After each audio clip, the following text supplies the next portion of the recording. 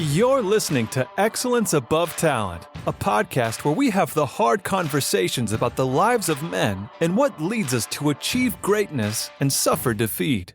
Hear from other men's journeys as well, as we all learn and grow together to become inspirations to ourselves and those around us. And now your host, Aaron Thomas.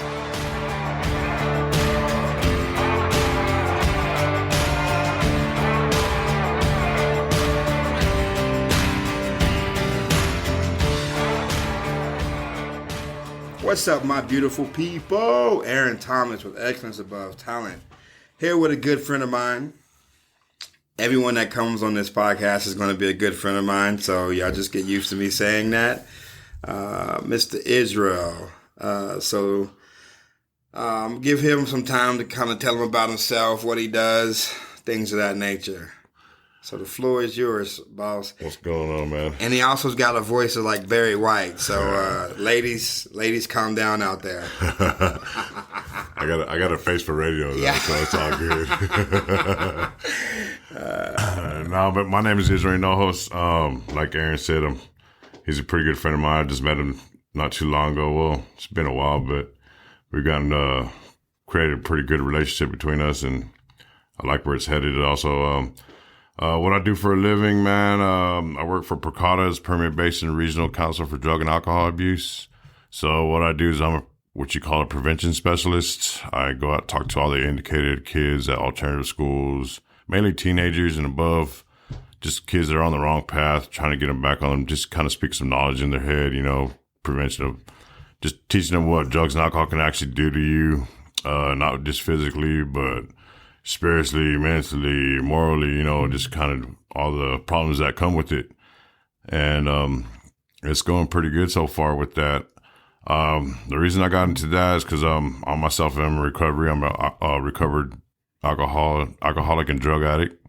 Been sober going on 3 years, and it's kind of been my passion to try to help people where I've been before in life and just trying to help them get out the mud.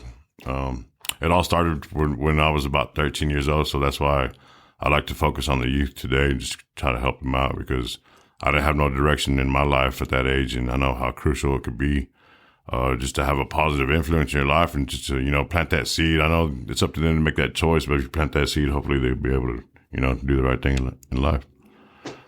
So I kind of want to we'll just continue down that path. Do you think a lot of issues that kids are having these days is because there is no purpose or path, or they don't have someone to look up to that can kind of help them on that road to being like good human beings? Not saying that people who go down that route are bad human beings, they're just lost human beings. Right. So do you think that's a big issue as far as what's wrong with kids these days now? Absolutely. I mean, look at especially when I was younger, there's more broken homes these days and single parents that don't have fathers in their life, for whatever reason.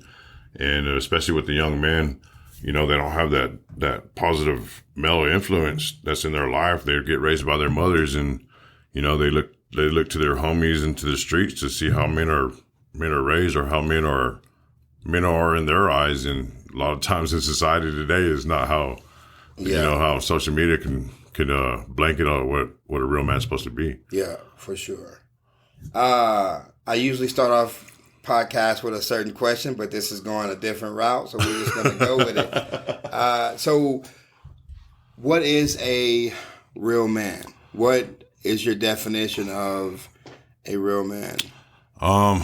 That's a good question, because it changes. It's changed over the years. Facts. In my eyes. And that's just part of the growth process.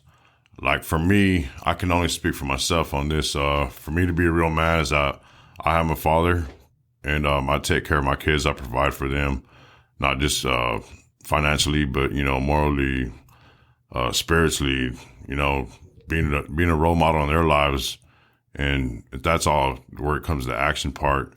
But I think a real man is someone who's honorable, respectful, someone who's always trying to do the right thing and help others. Gotcha. Kind of in a nutshell. Got you. I love that. I love that definition. So did you have someone in your life to kind of show you the way? And if you didn't, how did you get on the track to now be that father for the sons that you have, that you're trying to help grow to be, good men? Right. See, my father, he was an alcoholic. He died an alcoholic, and he wasn't a bad man at all, but he wasn't the best father either. He had a lot of shortcomings in that area, and he failed to teach me a lot of things that I probably should have been taught. So that was kind of an absent thing in my life, and it's kind of where I still struggle with today. And for me, who I am today, in my addiction, I actually became just like my father, how much I despised him, which is crazy about it. And then when I got sober, I finally realized that, and I was like, man, I don't want to be nothing like him, but it's not that I hate him. I love my dad with all my heart. I miss him today. I wish he was still alive. And, but I don't want to be anything like how he raised me, because I know he could have done better. He was just sick, the alcoholism is a disease, and he was just sick, and he was untreated. He just had untreated alcoholism, and then I'm okay with it. I'm at peace with that today. But for me, who I am today, knowing that, like, I have to be better than he was to my kids, and I'm just doing everything opposite, pretty much. Yeah. And just doing it. And I've had some positive male influences in my life, but not as much as I probably should have needed at that age, being directed in life, especially going through adolescence, 13, 14 years old. Parents going through divorce and all that crazy stuff. A lot of stuff going through your head, and going through puberty and all that stuff. It's just crazy for a young boy, and, not having that direction on what I need to do or what I shouldn't do. And just, that's where I just turned to what I saw was in my environment, just drugs and alcohol. Yeah, I got you. So do you think society cares about issues that men deal with? This is kind of like a two-part question. And if you don't think society cares, what do you think those issues are that men deal with that society doesn't care about? Man, I think society is starting to care more today than they ever have been about the issues with men. Yeah. But as far as it being on the level where it needs to be, no, not even close. I think a lot of stuff gets swept under the rug, like you were saying earlier. Yeah. A lot of things get balked at, laughed at even, maybe. Yeah. That's because men don't...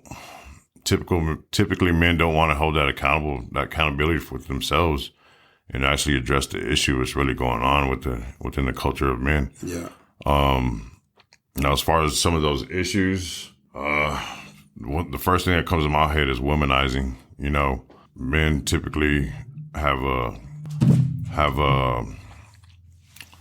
certain how they see women in a certain way, to where it's almost belittling, it can get disgusting in some areas. It's like a objectifying. Yeah, exactly. Yeah. And that's all that they can think about, Exactly. If any woman has ever walked by, when they do walk by, it's an immediate, like, I would do some nasty things with her or to her.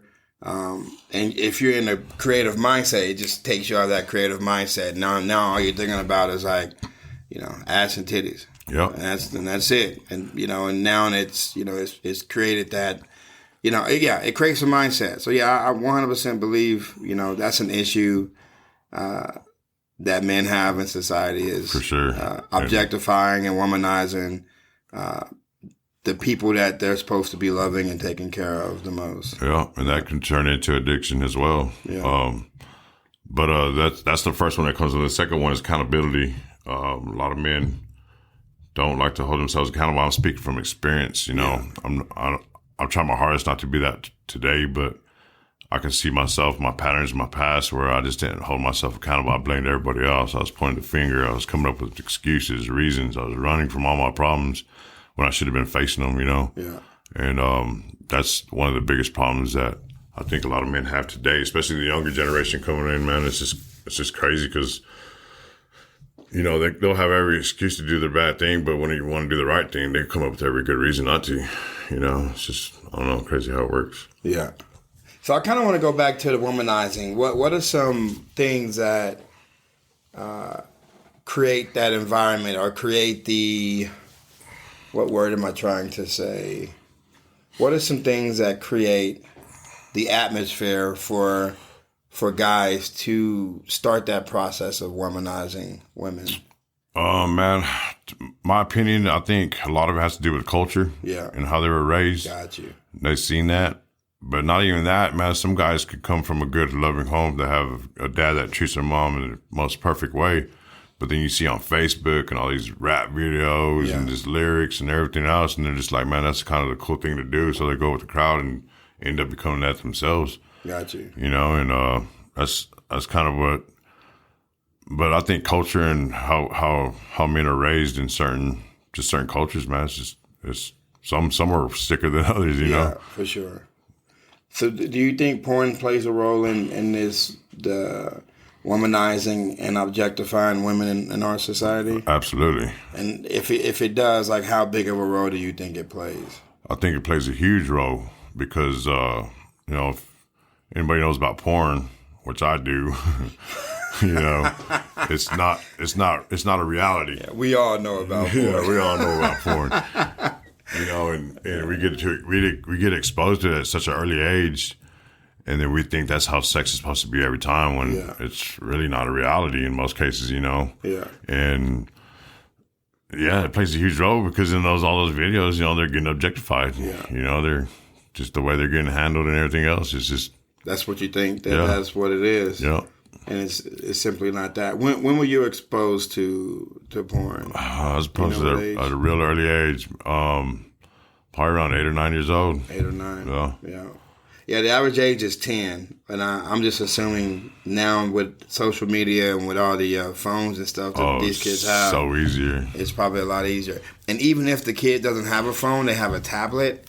If there's Wi-Fi, you can tap into that. Anywhere. I mean, you can tap into that, you know, that industry very easily, even if it's a kid tablet. I mean, I've heard stories of parents thinking, oh, my kids wouldn't do that because they have like one of those tablets that can monitor everything, and somehow it found its way on, you know, that tablet. So I'm like, yeah, you're not going to stop it if they really want to watch it. So, to me, I think that's a big issue that it takes away from the creativity that we as men have within ourselves because that's all we're thinking about. Right. And I know for a long time in my life, I couldn't move forward because that was the only thing I cared about.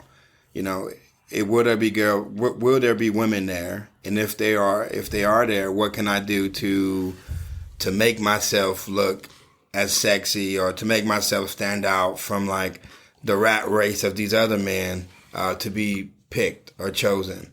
And that was like the essence of it all at that point. Like if I thought one of my friends or someone liked someone, then now, you know, I'm in go mode and I have to make sure that, you know, she doesn't pick that guy, she picks me because, you know. It's almost like a sport. For sure. For sure. If you think about it, it's 100%. You start to play that, you start to come up with strategies. Yeah, And you go deep into it, man. Very deep into it. Very deep. I need to be here because she'll see me here and say a certain thing. Yeah, say this and say that, and you know, I gotta be loud sometimes because, you know, that shows that I have, you know, some confidence. And deep down is I ain't got no dang confidence. I'm a little boy posturing in life. And she'll find out very, very shortly if she chooses me how much of a little boy I am. And then she'll probably be like, dang it, wrong choice. But at that point, like, you got what you wanted. I already got what I wanted. And so now it's on to the next one. And so there is no cultivating, you know, that relationship with her. It was more of just like 100% a sport of she's not allowing me or she's not giving me the time that I want. So I'm going to go and get it. And once I get it, then I go to the next one and figure it out. So yeah, no, I 100% agree with you on that. So the question I usually start off with that, I kind of want to dive into now is the suicide rate in men is high. So men are 3.5 times more likely to commit suicide than women. There are, I believe, 130 suicides a day in the United States. 75 of those or more. I don't know if my math is right. But 75 plus men kill themselves on a daily basis here in the United States. What's the average age, It varies, man. I think there's a lot of, 13 or 18 to 35-year-olds, but then there's also like older men who I guess lived their lives and, realize like their life that they lived wasn't what it was, and they're taking their lives too. So I think it varies.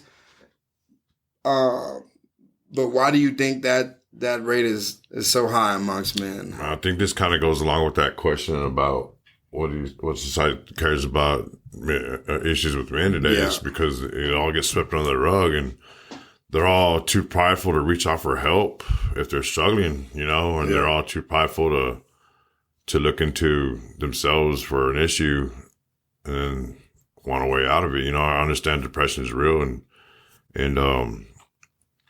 it's a disease as well, and it can really get the best of you if it goes untreated. Yeah. And I think that's one of the biggest issues is that like men just don't want to ask for help. They're too prideful. I don't need to see a therapist. What does that come from? Like why do we as men feel like we don't need to ask for help? Like, 'cause we're human, and so we know we need help, and we've had help our whole entire life. Right. No one, I hate that saying, I pulled my bootstrap up and I did it on my own. No, you didn't. No, nobody has. There's people in your corner that were, that helped you along the way, that, pushed your name out there for a job, or that, you went to the house and they gave you food when you were hungry. Like, you've never done it. No one has ever done it by themselves. Right. But men walk around here saying like, oh, I did it by myself. And it's just like, I beg to differ. And that goes back to culture too. Yeah. A lot of culture, just the way fathers have portrayed themselves to their kids on being macho. Yeah. Go to work, come home, eat dinner, and do it all over again. Yeah. Don't need no help, don't need nobody. And then die. Not live life, That is, I think to me, that's something that has to change, and I feel like these conversations, it'll kind of help, but that's not why you were put on this earth. No. As a man. Not to work. And I don't think people are really like, talking about it, because it has worked for this time. Men have gone out there, provided, taken care of the family financially that way. But I think creativity wise and living to your best life, that kills men. It does. To me, because like it's not. Yes, we want to provide and protect, but there's also things in our life that we also want to do. To be creative, to use our creative side. If you want to paint, be a painter, but there's a fear of like if I go and start doing that, then I'm going to be looked down upon, because who as a man paints, you know what I mean? Right. And there's a lot of men painters out there, but in your head you just make that assumption of like, I can't do anything that I like, because that potentially could take away from providing and protecting. Right. And that probably could be why the suicide rate is so high, is because they're just not happy because they're stuck in the rat race of working, or ain't no telling, like it could all tie in together. Yeah. When you really look at it. Yeah. But that's also come back with culture too, and how just, man, people were looking, what they seen growing up, what they were raised by. And I don't know, it's just sad, man, because like I hate the rat race. You know what I mean? I hate it. Like if I'm gonna work a 9 to 5, it's got to be something I really enjoy doing, and I've finally got that opportunity to do that today in life, and it's so much different. The money ain't nowhere near. Yeah, it never is. But the just the getting up and going to work aspect is a lot different than it was when I was in the oil field, you know? And it's just like, man, it's crazy. I was like, I feel like I've been wasting time. Yeah. You know? Yeah. But I'm happy that I get to do that today. But where was I going with that? What was that question again? The suicide rate. So I like the fact that, you know, you talked about the rat race and finding something that you like. I think down in my life, I'm the freest I've ever been because I don't feel like I don't have to work for the man. Right. So I just resigned from the Crisis Center of West Texas. I had a contract with the workforce that expired. And so now my two main incomes that were kind of sustaining me for, you know, in my life, they're now gone. And old me, I'd flip out, freak out, panic. And yeah, I'd 100% panic. But now I'm in that process of like creating, right? So my mindset isn't, I'm not running around, you know, trying to sleep with every chick that I see. I'm not going out there, you know, drinking alcohol and acting a fool. Because people do have video cameras and they will record you. And there's a lot of videos out there of me, I know for a fact. I got a couple. Yeah, and I know that, you know, if I do make it big out in the world, I know they're going to come out. So I guess this is just a preference of like, hey, if you got those videos, go ahead and put them out before I get big, man. So he'll buy them from you. So no one really cares because it's like I'm not that big. But don't be putting stuff out there whenever I'm big. That's neither here nor there. But yeah, so I'm in a creative state now where I've never been in a creative state of just things aren't going the way I want them to go, but I'm not going to the things that would create more chaos in my life. So right. I'm not going towards alcohol. I'm not going towards other women. I'm not going towards porn. You're not masking it. You're facing everything 100%. Head on. Yeah. I'm not trying to masturbate all this pain away because that shit ain't going to work at all whatsoever. Right. 100%. And I think there's something that, you know, we as men don't really talk about, but we have so many masks that we have on. Mm-hmm. That I feel like at some point in our lives, we look in the mirror and we're like, who is that guy? Right. And that scares you. I know for a fact I had a mask when I hung out with certain people and I'd put certain masks on and then at some point it starts to get confusing. Yeah, it's exhausting. And then you take your mask home and you're trying to put, you know, the different mask on that your spouse wants you to wear, versus just being like who you are as a person, as a man.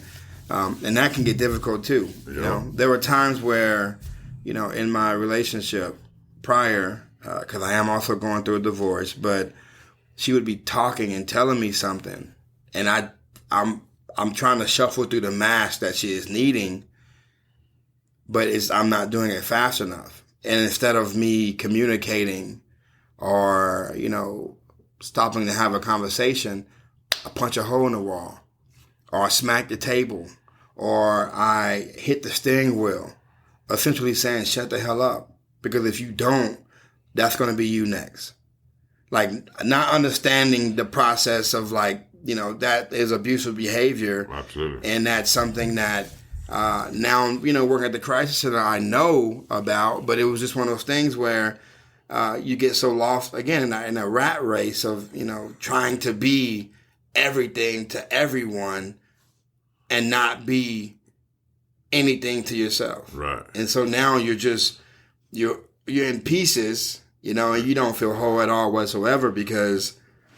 When it's just easier just to be yourself no matter what. 100%.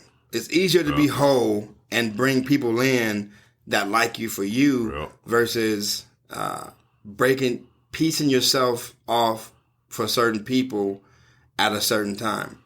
Because usually when that happens, they're going to use you until they can't use you no more. And then once you're done, they're, you know... Done with you. They're done with you. They're on to the next one. Yep. And I think that's also one of the reasons why the suicide rate is so high. We don't have men who are like whole. They don't we don't have men who like themselves, and so that's a big deal. Yeah, I'm still me at who I am today. You know, I'm just going on 3 years sober, and I say just because I spent 28 years out there getting loaded. You know, and so I got a lot of making up to do in a healthy way. You know. Yeah. And but even at 3 years sober, I'm still just learning who I am, or trying to be comfortable in my own skin still, because I had to put on so many masks. Yeah. You know, and especially my addiction, that's like a Jekyll and Hyde type deal. I'm one person. I'm somebody else completely who I am sober than I am when I'm messed up. Yeah, for sure. And that can get exhausting, Yeah. you know, and it's just all running. It's all running from who you are and running from who you're supposed to be. And yeah, that could be a big reason why the suicidal high is, because, man, loving myself is one of my biggest deals today. You know, I still don't know how to do it. Yeah. I'm still not, I don't have it down at all right now, you know, but I'm working on getting to that point, you know, because I know it's crucial. Yeah. Because if I can't love myself, I can't love anybody. Yeah. You know, and that's where, you know, the confidence comes into play, you know, being vulnerable. You know, a lot of men have trouble being vulnerable. Just completely being honest about who they are out loud, you know, or even to themselves without telling anybody. You know, they want to fool themselves more than they want to fool anybody else. Yeah, and that's a big issue too, man. Just being vulnerable, and I've learned how to do all that in sobriety, and it's been a blessing. You know, I haven't cried as much as I have since I've been sober, because all these emotions are just coming out of freaking every hole in my body. Yeah. But, you know, it's okay. Real man cry, you know, real man cry, and it's okay. And I spent so many years stuffing that shit down, like, and that's a lot of reasons why I drank and got high, is because I didn't like the way I felt, and I didn't like who I was, and I wanted to change that. Because I love the way I felt, and I love who I was when I was drunk, because I could be anybody. Oh, yeah. You know, I could sit next to you at the bar and be like, oh, yeah, I started this business, man. I'm full of shit. Yeah. I'm a big manipulator. Yeah. I could tell you some stories. I could tell you I'm going to do this. I'm going to do that. I got some big old plans ahead of my life. I'm going places. I was Pimp Don Juan when I got drunk. All the girls wanted me at that point, but right. I'm telling you. I mean, you can make yourself look really good. Oh, snap. And really all you do is talking to another drunk. They're drunk. They're probably not even listening to what you're saying. They're just like shaking their head. To shut you up so they can drink their beer. Yeah. It's just crazy. And I did that for so long, and I don't know how I did it for so long. I mean, I do know how. I was an addict and alcoholic. You know? It's what I knew. And I'm just glad I don't have to live like that today, man. Really. Man, I think so. You know, the contemplation of suicide and doing it. I think there's a lot of people who assume that, you know, contemplating it is like having a gun or sitting on a bridge and thinking about jumping. But I also think contemplating suicide is not stopping where you know you need to stop. Drugs or alcohol or, you know, promiscuous activities or, you know, driving real fast down the highway because you want to feel that rush. I think that's also a form of suicide. Absolutely. Of, you know, someone drinking until they die. Mm-hmm. Or someone overdosing because they're running from all this pain and they know it could potentially kill them, but they don't care. Right. And so they continue doing it so that it numbs that pain for that time. And then finally it catches up to them, or they, you know, like you, find a reason to live and want to live and, you know, come out of it a better person. And some people are just going to be in it into the rest of their lives. That's the sad part. They don't want to feel humanity or being a human being. And so they run to everything that takes it away. A lot of times the disease has them so hard that they don't know there's a solution. Yeah. You know, they don't believe that they can get better. They don't believe that they can be sober. Yeah. You know, one of the biggest issues in sobriety is people think they're not going to have fun anymore. Yeah. You know, that's what scared me for so long. Yeah. You know, because I've tried to get sober on my own, you know, a lot.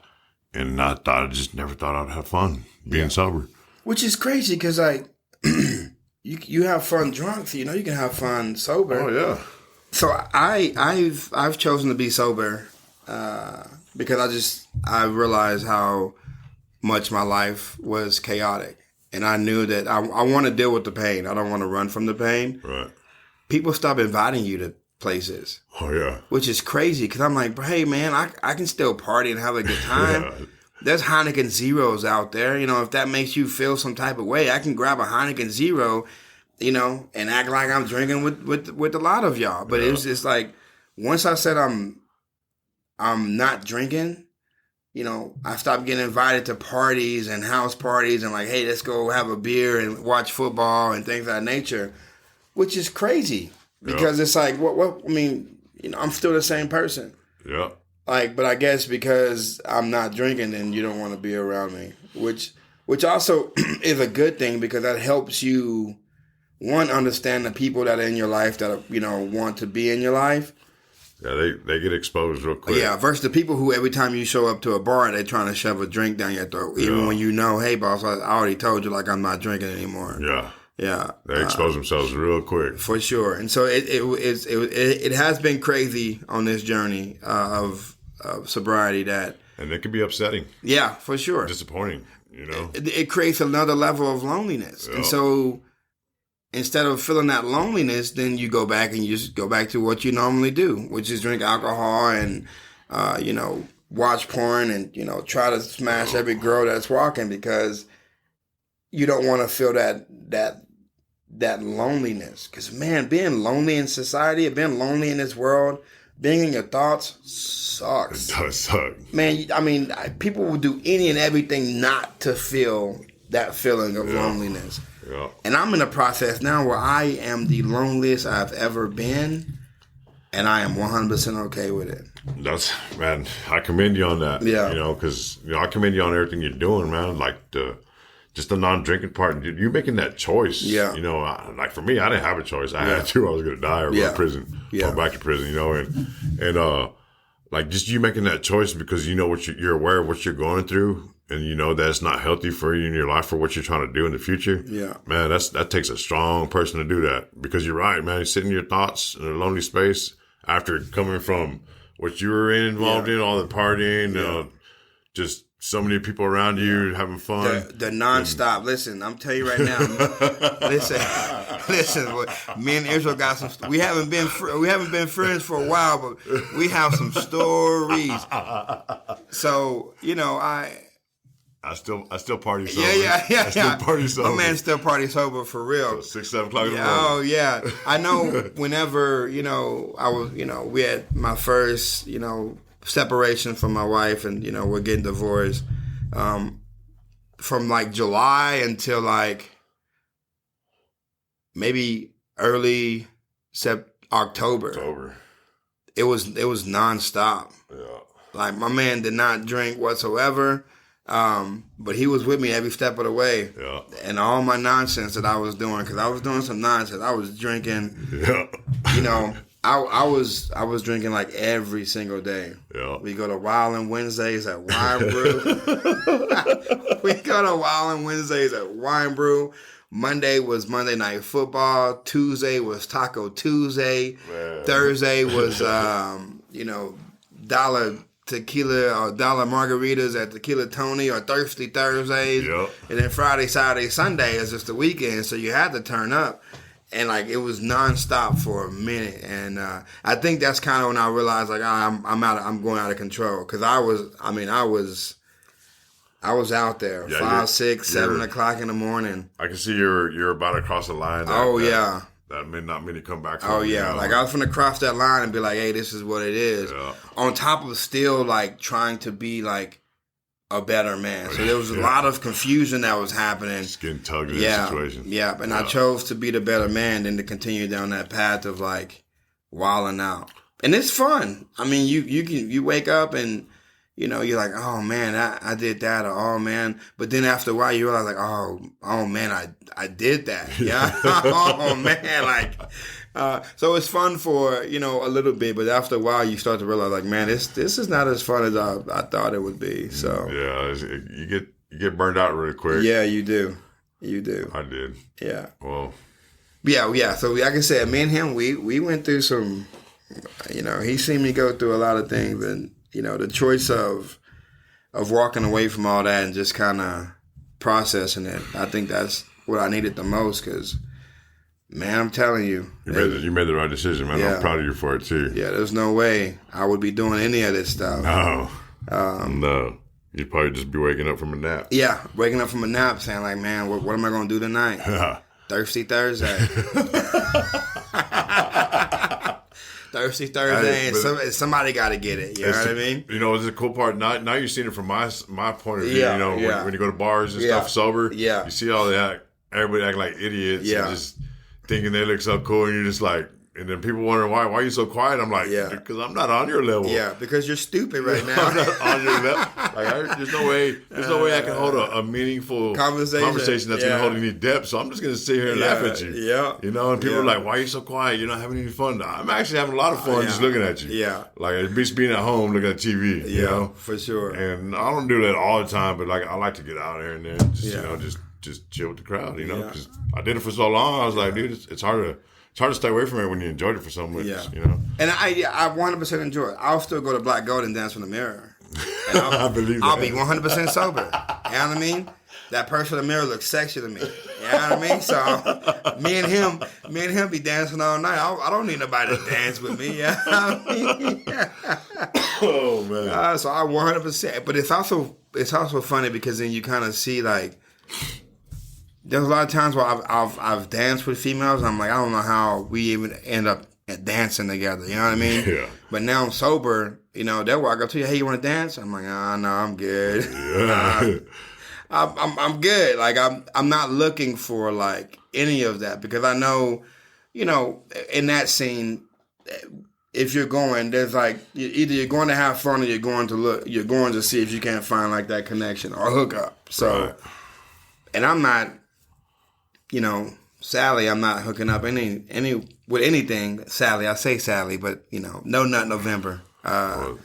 It's probably gonna go into December because I messed up a little bit in November at the very beginning. So I have to push it just a little longer. But yeah, now I'm not looking for any of that stuff. Well, it's very rare you can find the Mr. Right, Mrs. Right, or even Mr. Right for you ladies at the bar. You know, or hell, for the guys that, you know, swing that way. Yeah. For sure. And, you know, like, I ain't say it's impossible, but it's very rare. Yeah. You know, because not all bad people go to bars. You know, there's just a lot of good people out there, but majority of them in there are crazy. Yeah. Trust me, I know. I was one of them. Yeah. I knew how to put on, I knew how to wear that mask to make you fall in love. And that was the only reason why I wore the mask. Because once you gave me what I got, I'm taking it off, and I'm the asshole that I am. Yeah. And now I get to go on to the next one because I've already got what I wanted from you. See, with me, the mask, man, I wore a mask for so long because I didn't like the person who was under that mask. Yeah. You know, and I was scared for you to see who was under that mask for so long, because I didn't know how to love myself enough to show who I really was. Yeah. Today's completely different. I still get scared, but I still show myself for sure. You know, because I know that's the only way I'm gonna get past it. You know, I gotta show myself. I gotta show who I am as a person, because that's the only right thing for me to do. For me to just even start to begin to love myself. You know. Yeah. Man, so one thing that has helped me in the process of loving myself is to become more self-aware of my issues. Right. I, for a long time, thought I was a good person.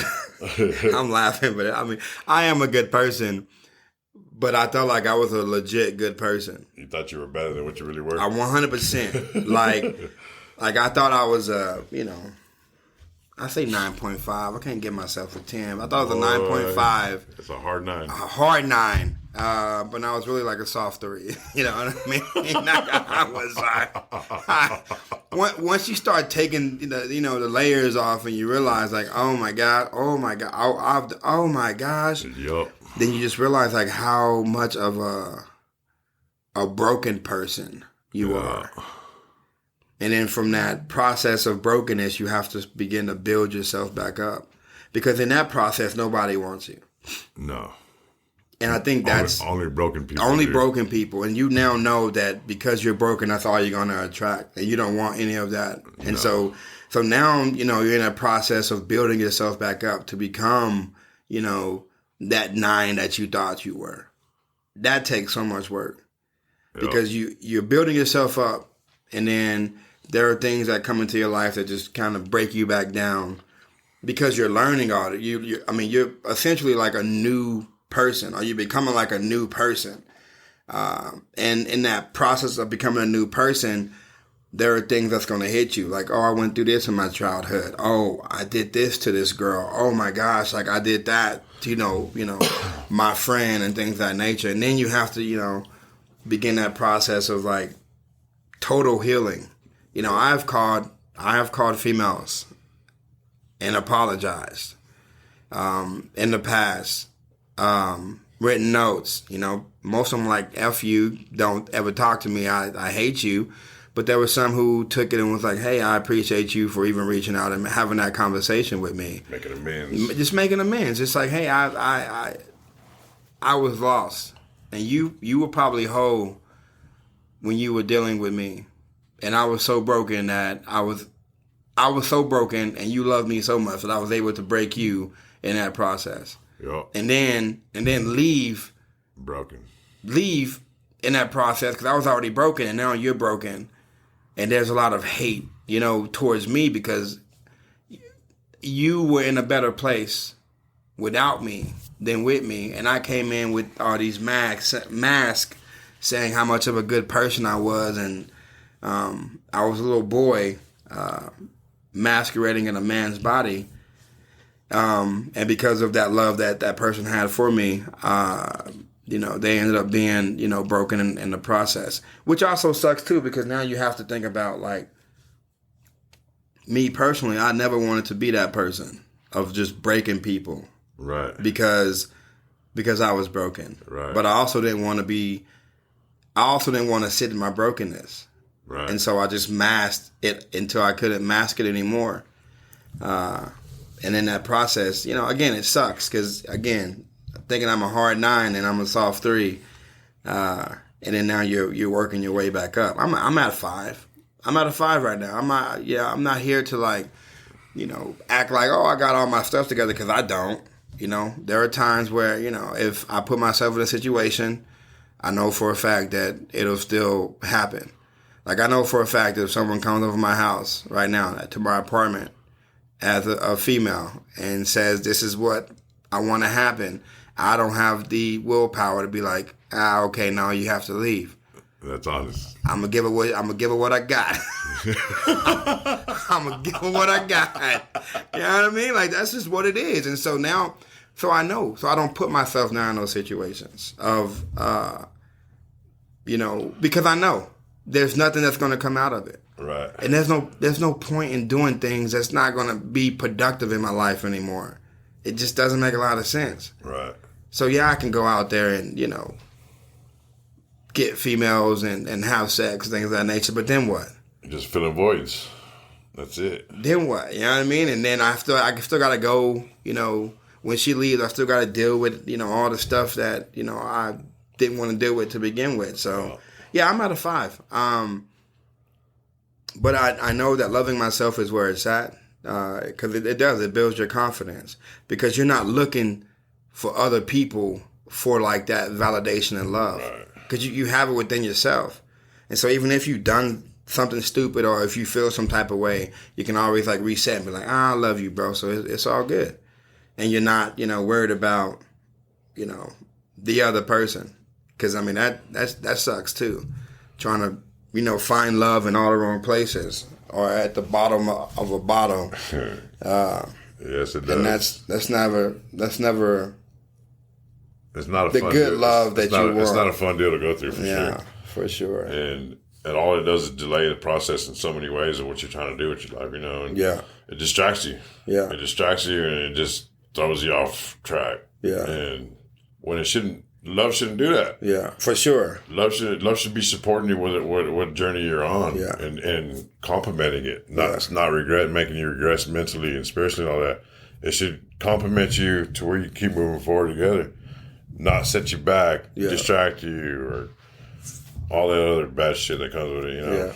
Well, I think what's inside will come out, right? And that's the way you love yourself, and that's the only love that you can understand is the jacked up love, the love that I don't know if I can say love because it's love shouldn't hurt, love shouldn't make you feel that way. Infatuation, I would assume. Obsession too. Yeah, obsessed. You're infatuated, and so you assume that that's what that feeling of love is, and it's not even the feeling that you're looking for. Right. It's just something that you're holding on to because you think it's love and it's really not. And like me, like a lot of times it's. I sat well in that chaos because that's all I knew. Mm-hmm. So when something good came along, I didn't know how to treat it. Oh, facts. And I didn't know how to cherish it. I didn't know how to nurture it. I didn't know how to accept it. Yeah. Because I just loved the chaos. I was comfortable in the chaos. Oh man, I love chaos too. The dark chaos was where it was at for me for so long. For sure. So long. So when that light comes, disrupts that darkness, you're like, what is that? Yeah. And you just self-sabotage. Yeah. Well, that's what me. Yeah. And I'm in the process, I want good chaos. You know what I mean? Like, I'm a chaotic dude, so I need chaos to survive. Right. Like, I just don't want to be sitting just chilling. Like, I want to create chaos and have chaos. But now I want to have it to where having these conversations create chaos, going out there, having these, talking to young boys and, trying to, build programs and things for men to have. That's good chaos. I want that good chaos. I also know there were some females that I was like entertaining or wanting to talk to. But I also realized, like, in this process, I can't have in your healing process, you can't have a lot of distractions. And so that, if you are, as a man, if you're trying to heal and get better, because of the things that you need to work on, because we all know the things we need to work on. Like, it's not rocket science. Like, your body tells you everything that you need to know. And a lot of times, you assume like, okay, I'm well 2 weeks in, 3 weeks in, and then you start to entertain females, just to realize like, oh no, like this, I am not well. Like, I'm still the same person. Because when I got it, I was ready to like move on. Right. You know what I mean? Right. I don't want to be that guy. But I'll get it and then be like, oh, okay, well, your mindset shouldn't be, if you're a man trying to be the best that you can possibly be, it's not I got it and move on. It's how can I cultivate this because this is someone that I want to, grow with. Right. This is someone that I, want to be with, right. Or this is someone I can see being with in the future. And if that's not, where you're at, then, what's the point of just going out there and doing it? Right. Because you're going to hurt her feeling. Yeah. Because she has like that mindset of like, oh, okay, this guy's a good guy. And you're just out there, feeling, again, that void and not wanting to, go through all that process of the pain. A lot of that has to do with ego, too. For sure. The ego... My ego is not my amigo, Yeah. I love it. I have never heard that, but I love it. My ego is not my amigo. No. Yes. I heard that from one of the guys in the program. Yeah. Shout out to Jeff for that one. But if that's all it does is feed ego, it goes back to that sport, trying to conquer the female race or whatever you're trying to do. Yeah. And if you say you're in love with the girl you're with and you're over here entertaining something else, then you're not in love with her. For sure. And you just need to get out of that relationship for her sake, not for yours. For her sake and not yours. Yeah, because she's going to stand there because she loves you. And you're just wasting her time. Yeah. It's one thing to waste it's one thing to waste my time Yeah. on my own stupidity, but when I wasted someone else's time, Yeah. and they're all in, Yeah. that's another thing that you can't take back. Like it's, and there's some pain that comes with it once you realize what you did to them. yep. Like once you realize, like, man, I wanted to love them, Right. but I had no concept of what that really was. And now, you know, that we've moved on, you realize, like, man, I wouldn't wish that on my worst enemy. No, dude, there's nothing like a broken heart. Man. Yeah. There's no pain. Yeah. Dude, I've been stabbed, freaking beat with bats. Like, Yeah. any kind of physical pain, it doesn't amount to a broken heart. Yeah. Like, there's just no pain like it. Yeah. And it sucks. Yeah. To have to go through that, you know, and to know, like how you just said, like to know that I put people through that in my past, Yeah. you know, especially my ex-wife or whatever, and just like that sucks even having to admit that. Yeah, for sure. You know what I mean? Because that's pain. That's pain within itself. Yeah. Yeah. And Because I was that guy. And I beat myself up over it today. You Yeah. know, like maybe I don't deserve love because maybe everything I'm going through today is because of karma. You know, Yeah. I started to beat myself up like Yeah. that way. You know, For sure. And I can be real bad on myself. I'm real hard on myself, and that sucks. Yeah. You know, but like that just comes with the healing process. You know, having to process and all that, and just doing it in a healthy way, and not having to get drunk over it is that's a blessing. You know. Yeah. And just facing it. Yeah. You know. Love it, man. I love this conversation. It didn't go as I thought it would go, but I 100% enjoy just sitting down and talking to people about this. And Well, which way did you think it was going to go? I have no idea. I never know, man, because, you know, Right. I'm just very open. So, you know, I just kind of go with the flow. But I think the question that brought about all of this was, why do you think the suicide rate is so high with men? I think in those answers, in that conversation that we had, there were so many answers that contribute to why the suicide rate is so high. You know, not loving yourself, not knowing yourself, putting on all those masks that you think people need in order to be your best self for them and not for you. Put your pride and ego to the side. Putting your pride and ego to the side. Your ego is not your amigo. Shout outs to Jeff for that, for sure. Because I'm going to start using that. Because your ego is not your friend. And it's also made up. Yep. It's not even a real thing. We make up this thing that we feel inside when someone says something or do something that we don't like.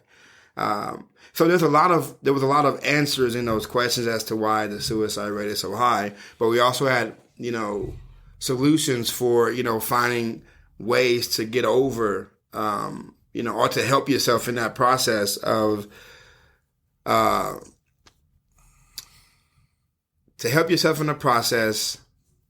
to combat those feelings that you have, because the feelings are not going to go anywhere. No. Yeah, you're going to always be hard on yourself. Yep. You're always going to have like the, man, I can't believe I hurt someone to that extent. And I think that's my biggest one right now. I never want to put anyone through like any more pain or suffering, especially that way. No. It's just Mentally, emotionally, putting someone through that much pain. And I did it my whole entire life. Yep.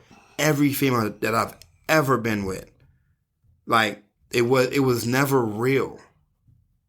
Right. It was real to an extent, but it was never real because I was never me. Makes sense. I was never me. So I just didn't, I did what I need. I did what was necessary in order to appear to be the man that they need. But deep down, I wasn't even the man I needed for me. And all it did was help you shut down your feelings to avoid having to deal with them. 100%. Yep. 100%. And so now I'm in that process of, you know, trying to make it, you know, work. And so I've cut off like all interactions. Like I really don't, you know, I don't go on dates or anything like that. And there are a few people that I'm like, man, that would be cool to like, you know, talk to. would be cool to like get to know. You know what I mean? But is it get to know them in like where I'm at now, or is it really like get to know them because they're awesome? Right. And because I don't know that, I stay away from it. You know what I mean? Like, not touch. Yeah, I give side hugs now. You know what I mean? I don't, I've never given side hugs before. You didn't give me no side hugs. I give side hugs and I dap people up. Full frontal, man. Well, you have nothing to worry about because I don't want to do any of that with you. So yeah. So we can do the full frontal and it'll be all right. Oh yeah, for sure. But yeah, no, I dap people up, give side hugs. Like it's just like I know if I go down that route, there's only going to be heartbreak and pain for that person. And I guess it's also a fear thing. Right. I don't want to put anyone ever do that ever again because I've always done it my whole entire life. And so I'm more about communicating. Hey, this is what it is. This is what I'm looking for. When I do start, that process of reaching out and talking to other people, because again, we're still in going through the divorce. And there has to be a level of respect. When I was drunk, there was no respect. I didn't give a crap. Like I didn't care. Again, because that's what my life was. I just didn't care. But now that I'm sober and I'm thinking clearly, I know that there has to be a level of respect in this process, for myself and also for her too. So right. So yeah, man, it's the beautiful life. It's the struggle, but I wouldn't have it any other way, because it makes me the person that I am today. Yeah. And I'm able to help people. That's the biggest thing. That's the biggest thing for me today. Yeah. I've spent so many years being selfish. Yeah. Doing what I wanted, and here comes all the chaos that came with it. Yeah. Now it's time to get out of myself and go help somebody else out. Yeah. Because I'm on borrowed time. Yeah. God has blessed me with a new life today that I do not deserve because of all the shit I've done. Yeah. I shouldn't even be here right now. I should be buried underneath the prison for all the stuff that I've gotten away with, right? And for me knowing that, like, I know I pray every day. It's like, someone needs help, put them in my way, every day, because I don't care if it's someone, it could be the littlest things, and I'm totally aware of it today. And I try to just do my best to make sure I don't miss those signs. Yeah. And just help somebody out. Yeah. That's what it's about, man. Helping somebody out, getting out of yourself. We'll leave on that note, because I think that was a great stopping point. So, listen, y'all. It does get better. You know what I mean?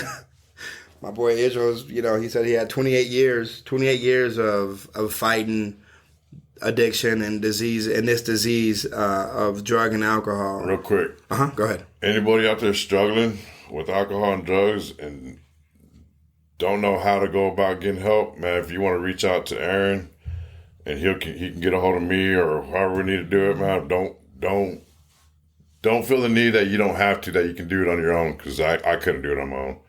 And if you feel like you're at that point, reach out, please. For sure.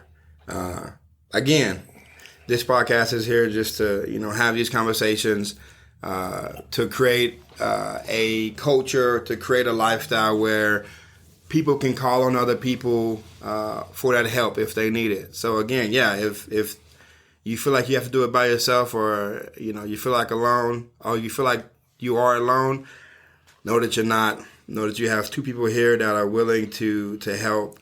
And if they can't help, they'll find, the resources that for sure you need that, can help you along the way. So again, I appreciate y'all for listening. Like and subscribe to this podcast, because I promise you it's going to help change the world. Bye-bye.